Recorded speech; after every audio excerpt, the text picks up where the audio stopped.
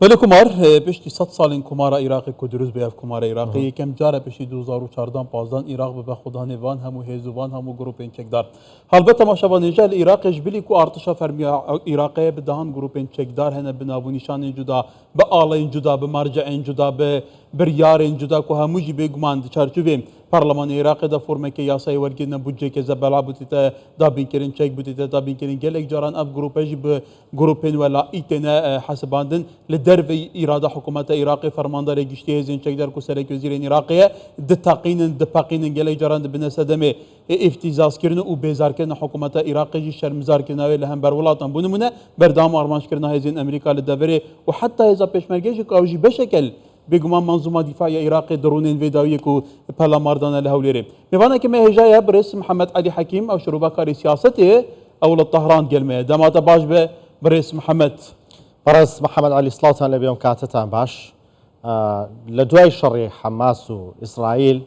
هرشی گروپا چەکدارەکان لە عراق زۆر زیادی کردووە لە سووریاش بۆ عراق دەبێت حکوومەتی عراق چی بکە بۆ کۆنتڕۆڵکردنی ئەو گروپە چەکدارانە. بسم الله الرحمن الرحیم. بەناوی خوای بەخشندەی میهرەبان سڵاو لە ئێوە و بینەرانی کوردستان 24 بۆ میوانداریکردن و بۆ هەڵبژارنی ئەم بابەتە وەروە سڵاو لە برایانی ئێمە لە کوردستانی خۆشەویست.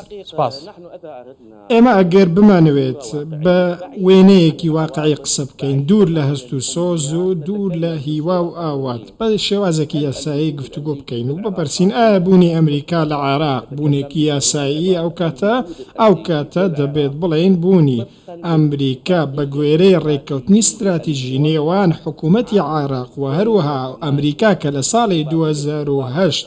لە نێوان ئەو دوولایەنە واژوو کراوە جەخت لەوە دەکاتەوە بوونی هێزەکانی ئەمریکا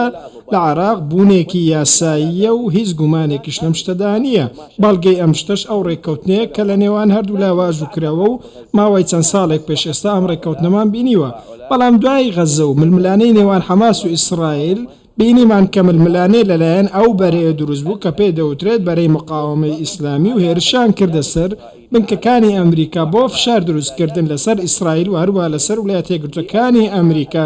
چونکە ئەوان پێیان وایە کە ئەمریکا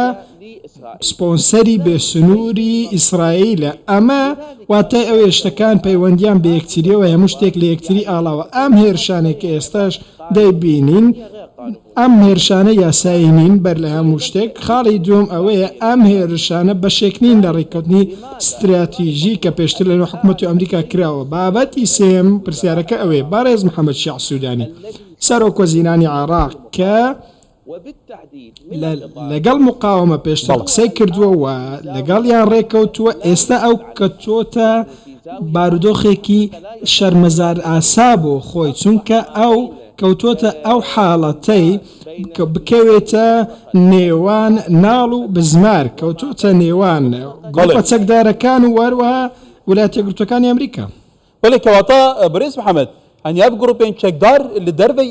حكومات لدرب اراده حكومات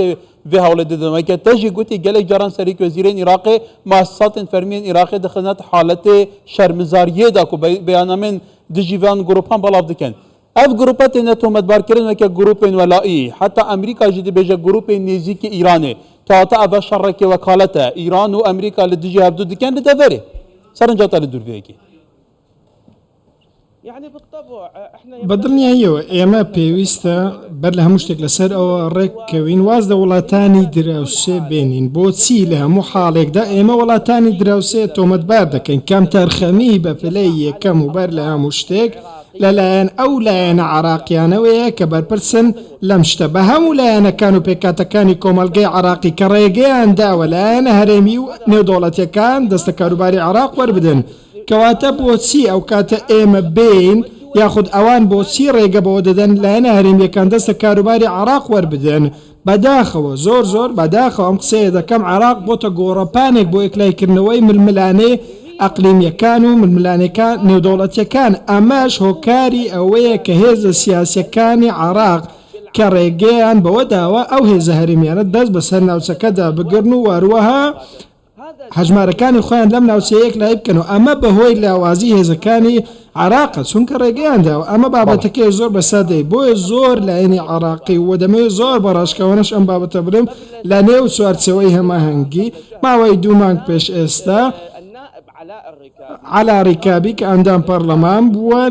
ڕێکەوتنیەکی هەستاوە یاخود بە کۆکردنەوەی واژوو بۆ ئەوەی هێزەکانی ئەمریکا لە عراق بچنە دەرەوە باڵوێزخانەی ئەمریکا لە بەغدا دابخرێت ئەمەش دوای ئەوەی هێرشەکان کراونەتە سەر غەزەوە کێشەی غەزە دەستی پێ کردووە لە کاتێکدا ئێمە بینیمان ژمارەیەکی زۆری ئەو ئەندامانە ئەم ڕێککەوتنیان واژوو کردو ژمارەیەکی دیکەش واژویان نەکردووە کە علیڕێکای پێشکەشی کردووە کەواتە بوونی هێزەکانی ئەمریکا لە عێراق